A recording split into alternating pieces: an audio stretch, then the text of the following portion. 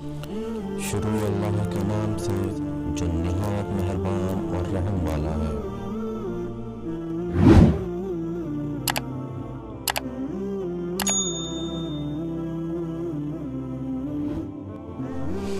دکھی سلمہ دکھ سے نڈھال ہو کر گش کھا کر گری تھی۔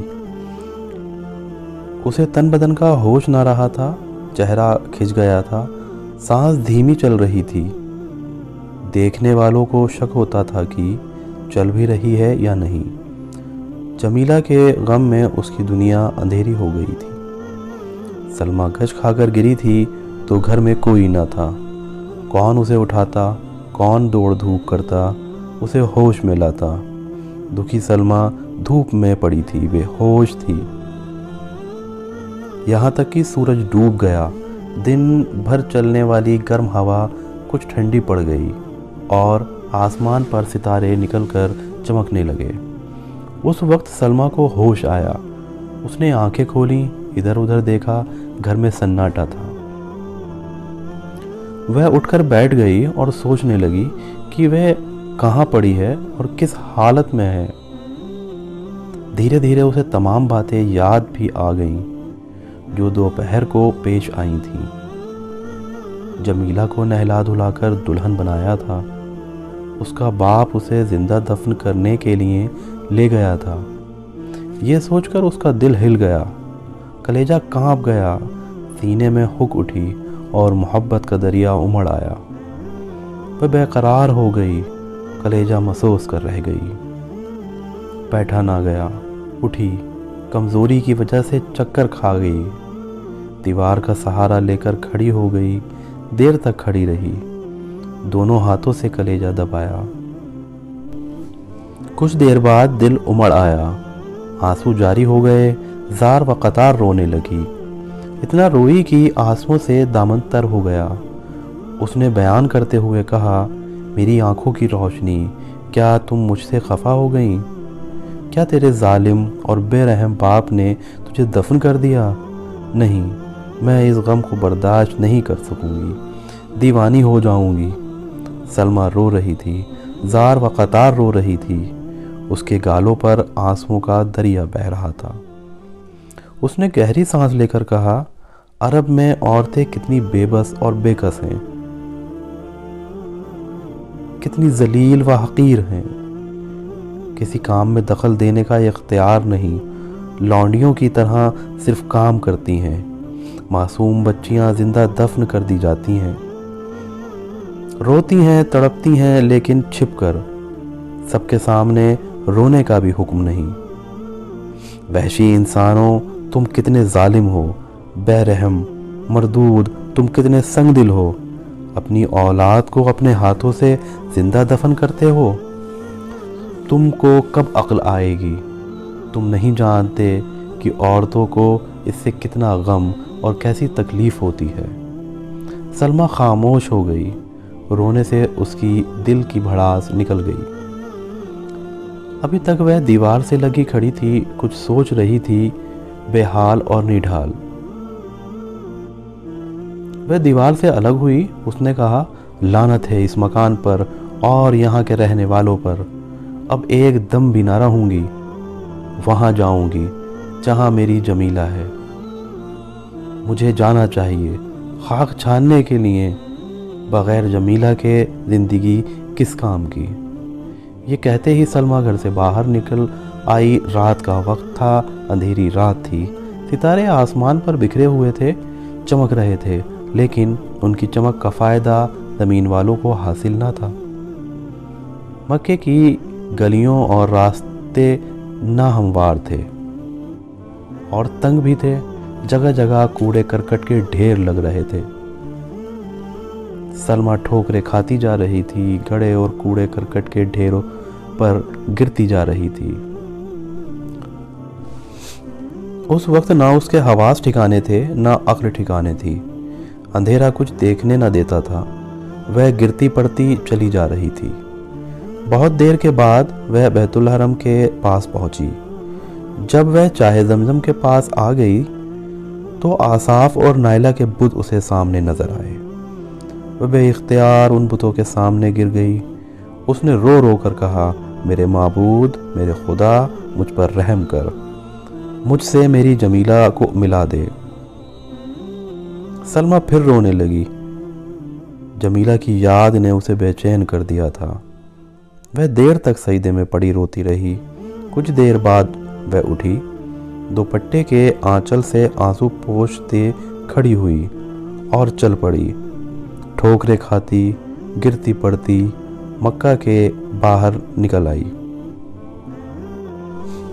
اس وقت وہ لوگ لڑکیوں کو دفن کر کے واپس آ رہے تھے۔ وہ انہیں دیکھ کر ایک دیوار کی آڑ میں کھڑی ہو گئی۔ جب وہ سب چلے گئے تو وہ نکل کر آگے بڑھنے لگی۔ کھلا میدان، ریگستان، سفید سفید ریت چمک رہی تھی۔ یہاں اتنا اندھیرا نہ تھا جتنا مکے کے کوچے اور گلیوں میں تھا۔ سلمیٰ بڑھتی جا رہی تھی، یہاں تک کہ اس جگہ پہنچی جہاں لڑکیاں دفن کی جاتی تھیں۔ وہاں پہنچ کر سلمیٰ چلائی، جمیلہ! اس کی درد بھری آواز ریگستان میں گونج کر جبل نور سے ٹکرائی۔ دوسری آواز گونجی، سلمیٰ! چونکی اس نے کہا، میرے سوا کوئی اور بد نصیب بھی اپنی جمیلہ کو یاد کر رہی ہے؟ وہ بڑھتی رہی۔ تھوڑی دور چلی تھی کہ کسی نے ڈانٹتے ہوئے کہا، خبردار! کون آ رہا ہے؟ سلمیٰ ڈری نہیں، برابر بڑھتی رہی۔ کچھ ہی دور چل کر اس نے دیکھا کہ ایک عرب بیٹھا زمین کھود رہا تھا۔ بال بکھرے ہوئے، چہرہ بھیانک اور خوفناک۔ اس نے کہا، کون ہے تو؟ سلمیٰ نے بغیر جھجکے کہا، ایک دکھی عورت۔ عرب جلدی سے اٹھ کر کھڑا ہو گیا، بولا، عورت؟ رات کے اس بھیانک جگہ پر آنے کی وجہ؟ سلمیٰ نے ڈرتے ہوئے کہا، ایک بے بس ماں کو ایک بیٹی کی مامتا لے آئی ہے۔ عرب نے کہا، تو کون ہے؟ جمیلہ کی ماں۔ جمیلہ! سلمیٰ نے کچھ درد مندی سے جمیلہ کہا کہ عرب سے نہ رہا گیا۔ اس نے کہا، سلمیٰ، تمہاری دردناک آواز تو آسمان کے ٹکڑے ٹکڑے کر دے گی، زمین کو پھاڑ ڈالے گی۔ میرا دل کانپ رہا ہے۔ سلمیٰ عرب کے اوپر جھک گئی۔ آپ کا احسان ہوگا، بڑا احسان، تم بڑے مہربان ہو۔ کون ہو تم؟ عرب کا دل سلمیٰ کی باتوں کا اثر لے رہا تھا۔ اس نے کہا، میں ایک ظالم انسان ہوں، بے درد وحشی ہوں سلمیٰ۔ میں وہ بے رحم درندہ ہوں کہ جو لڑکیوں کو گاڑ کر چلے جاتے ہیں تو میں رات میں انہیں نکال کر زیور اتار لیتا ہوں۔ جو لڑکی زندہ ہوتی ہے اس کا گلا گھونٹ کر مار دیتا ہوں۔ سلمیٰ یا تو اس پر جھکی ہوئی تھی یا چونک کر کھڑی ہو گئی۔ اس نے حیرت بھرے لہجے میں کہا، تم؟ عرب نے کہا، مجھے ملامت نہ کرو سلمیٰ، اس وقت تمہاری حالت دیکھ کر، تمہاری باتیں سن کر میرا دل کانپ رہا ہے۔ اف، میں نے کس قدر درندگی کی ہے۔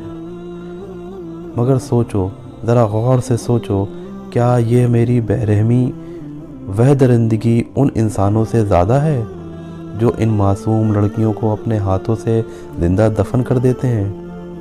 سلمیٰ نے کہا، نہیں، مگر عرب نے بات کاٹتے ہوئے کہا، سلمیٰ، میرا دل اور میرا ضمیر مجھے ملامت کرتا ہے۔ تم کیوں مجھے ملامت کرتی ہو؟ سنو، اب میں انسان بنوں گا۔ جن ماؤں کی گودوں سے لڑکیاں چھین کر لائی جاتی ہیں، دکھ اور تکلیف سے ان کی کیا حالت ہوتی ہوگی، تیرا حال دیکھ کر میرا دل ٹکڑے ٹکڑے ہو گیا ہے۔ سلمیٰ نے کہا، مجھے دیکھو، میری حالت کو دیکھو، جمیلہ۔ عرب نے کہا، سلمیٰ، تم خوش قسمت ہو، جمیلہ زندہ ہے۔ جب سب لوگ چلے گئے تو میں نے اوپر سے ریت ہٹا کر سب سے پہلے اسے نکالا۔ اس کی سانس چل رہی تھی۔ میرا خیال یہ تھا کہ اسے مار ڈالوں، پھر یہ خیال آیا کہ پہلے اور لڑکیوں کو نکال کر اس کے زیور نکال لوں، اس کا زیور بعد میں اتار کر اسے مار ڈالوں گا، اس لیے وہ بچ گئی۔ سلمہ نے پوچھا وہ کہاں ہے؟ عرب اس کا ہاتھ پکڑ کر لے چلا۔ تھوڑی دور چل کر وہ ایک گڑھے کے کنارے پر جا کر کھڑا ہو گیا۔ اس نے کہا یہ ہے۔ سلمہ دھیان سے دیکھنے لگی۔ ننھی سی لاش گڑھے کے کنارے پر پڑی ہوئی تھی۔ سلمہ بے اختیار اس کے اوپر جھک گئی۔ اس نے اپنی گود میں لے کر اسے کہا جمیلہ، میری جمیلہ۔ کچھ اندھیرا تھا، کچھ لاش ریت میں اٹی ہوئی تھی، کچھ سلمہ کی آنکھوں میں آنسو بھرے ہوئے تھے۔ وہ پہچان نہ سکی۔ اس کے اوپر جھک گئی۔ دھول میں سنے ٹھنڈے چہرے کو بوسہ دینے لگی اور عرب ننھی سی لاش سے دھول جھاڑنے لگا۔ اگلی قسط میں ہم جانیں گے کہ حضور صلی اللہ علیہ وسلم کی جبریل امین سے دوسری ملاقات کب اور کیسے ہوئی، اور ہم یہ بھی جانیں گے کہ عیسائی راہب عداس کون تھا، اور ہم اسی قسط میں یہ بھی جانیں گے کہ حضور صلی اللہ علیہ وسلم کے سامنے انجیل کیوں رکھی گئی اور اس کا رد و عمل کیا ہوا۔